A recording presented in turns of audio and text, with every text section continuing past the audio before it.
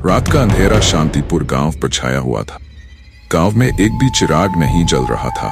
सिर्फ एक बरगद के पेड़ के नीचे से हल्की हल्की रोशनी निकल रही थी। अचानक पेड़ के नीचे से एक चीख गूंजी,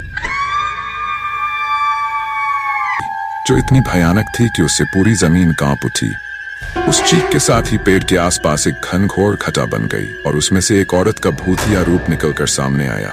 उसकी आंखें लाल, बाल बिखरे हुए और मुंह से निकलती हुई आग की झलक। वो औरत कुछ सदियों पहले इसी पेड़ के नीचे त्याग दी गई थी। उसका नाम था विशाली। 7 साल पहले विशाली, जो गांव की एक सुंदर लड़की थी, अपनी जवानी में ही विधवा हो गई थी। उसकी जिंदगी में पहले ही दुख का साया था, लेकिन गांव के ठाकुर बलदेव सिंह की गंदी नजर ने उसकी मुसीबत और बढ़ा दी। ठाकुर ने अपनी चालाकी से विशाली को फंसाने की कोशिश की, लेकिन जब विशाली ने उसके गंदे इरादों को नकार दिया, ठाकुर ने अपनी नफरत और अहंकार में उसे डायन कहकर गांव वालों के सामने प्रस्तुत कर दिया। गांव के लोग ठाकुर के शब्द को आखिरी मानते हुए विशाली को बरगद के पेड़ से बांध दिया और उसकी शक्तियों को खत्म करने के लिए उसे जिंदा जलाने की कोशिश की। विशाली के शरीर को घायल कर दिया गया, लेकिन उसके अंदर एक भयानक शक्ति जाग उठी थी। उसने अपनी आखिरी सांस के साथ ठाकुर और पूरे गांव को शापित कर दिया। उस शाप के साथ ही विशाली ने अपनी आत्मा को मुक्ति नहीं दी, बल्कि अपने अत्याचारियों से बदला लेने के लिए उसने अपने भूत को उस बरगद के पेड़ से जोड़ दिया। आज 7 साल बाद राहुल सिंह अपनी पुरानी जमीन देखने के इरादे से शांतिपुर पहुंचा। उसके साथ ही उसकी गर्लफ्रेंड प्रिया, मैनेजर अमित, दोस्त विक्रम और विक्रम की बीवी मीरा। राहुल को यह पता नहीं था कि उसके पुरखों के पाप का बदला अब भी चालू है और उसके पांव उसे मौत के रास्ते पर ले जा रहे। रात का समय था जब ये पांचों लोग शांतिपुर पहुंचे। सब कुछ शांत था, लेकिन उस शांति में एक अजीब सी भयंकर ताकत महसूस हो रही थी। गांव के पुराने बरगद के पेड़ के पास से गुजरने पर प्रिया ने कहा, राहुल, ये पेड़ कितना अजीब लग रहा है, यहां से जल्दी चलते हैं। राहुल ने उसकी बात को मजाक में उड़ा दिया, लेकिन अमित की नजर पेड़ पर टिक गई थी। उसने महसूस किया कि पेड़ के नीचे से ठंडी हवा की जगह एक गर्म लहू की तरह कुछ निकल रहा था, लेकिन किसी ने उसकी बात पर ध्यान नहीं दिया और सब अपनी दस्तक के लिए उस पुराने हवेली में चले गए, जो अब भी राहुल के वंशज के नाम पर थी। जब सब लोग हवेली में घुसे तो वहां की हवा बिल्कुल भारी हुई थी।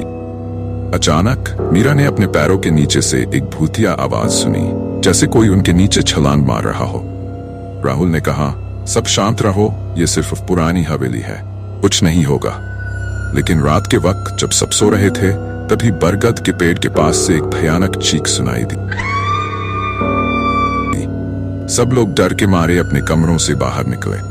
प्रिया ने राहुल से कहा, यह जगह बिल्कुल ठीक नहीं लग रही, हमें यहां से चले जाना चाहिए। राहुल ने सबको शांत करने की कोशिश की, लेकिन अमित को महसूस हुआ कि कुछ गलत होने वाला है। उसने राहुल से कहा, राहुल, हमारे साथ कुछ बुरा होने वाला है, तुम प्रिया को लेकर यहां से निकल जाओ। तभी हवेली के दरवाजे अपने आप बंद होने लगे और एक भयानक रोशनी हवेली के अंदर फैल गई। उस रोशनी में विशाली का भूतिया रूप सामने आया। लाल आंखें, जले हुए हाथ और उसका डरावना रूप देखकर सब कांप उठे। विशाली का भूत सब पर वार करने लगा। राहुल ने प्रिया का हाथ पकड़ा और उसे बाहर निकालने की कोशिश की, लेकिन दरवाजा बंद हो चुका। अमित ने अपनी जिंदगी दांव पर लगाने का फैसला किया। उसने अपनी पूजा की माला विशाली के सामने फेंकी और कहा, मुझे ले लो, लेकिन राहुल और प्रिया को जाने दो।